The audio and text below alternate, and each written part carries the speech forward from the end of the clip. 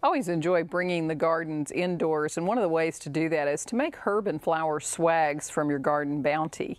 And flowers like larkspur dry beautifully. The various colors can match almost any decor, and they'll hold their color beautifully for a long time. And herbs like bay laurel and rosemary, oregano, and sage, things like that are great to have in herb swags. And even though I have all of these herbs in my garden and can easily pick them, it's nice to give these to friends and relatives who may not have those herbs readily available, so they have the wonderful fresh flavor to cook with. And I always make a little hanging loop on the back so they're easy to hang on the wall. And then as they dry, if you want to take a little bay leaf off to take and put in your soup pot, you can do that easily. This one has thyme and rosemary and sage along with the bay laurel, so it's great to cook with.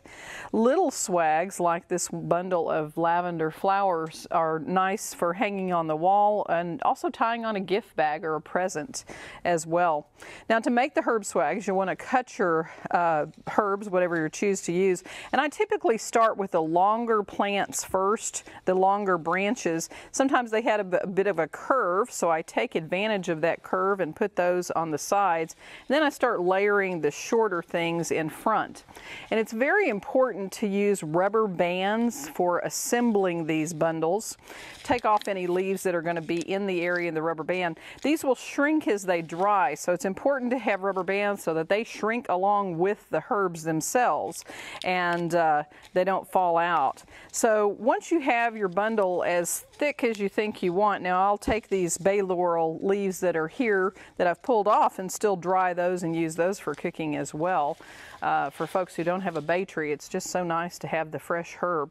And then I have smaller bundles of herbs that I've already made, some lavender, some poppy pods. Of course, you want to make sure all the seeds are out of those poppy pods or it tends to be a bit messy.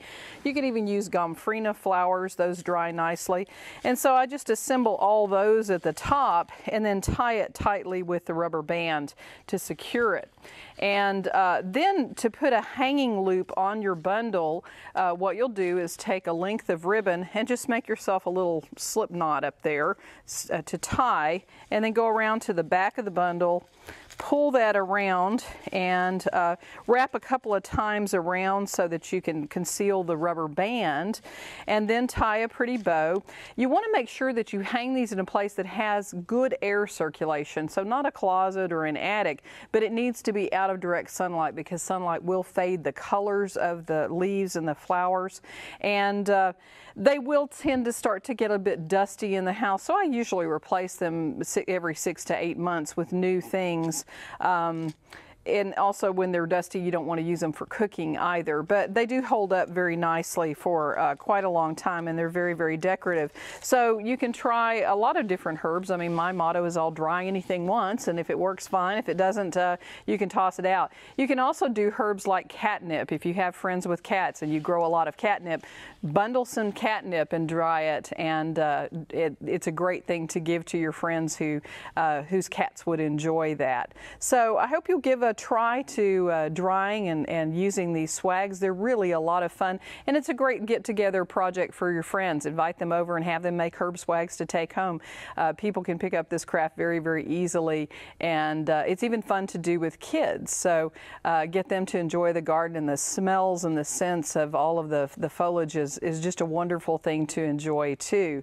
So enjoy the herb swags, and I'm Trisha Shirey for Backyard Basics. Good luck with all your gardening endeavors.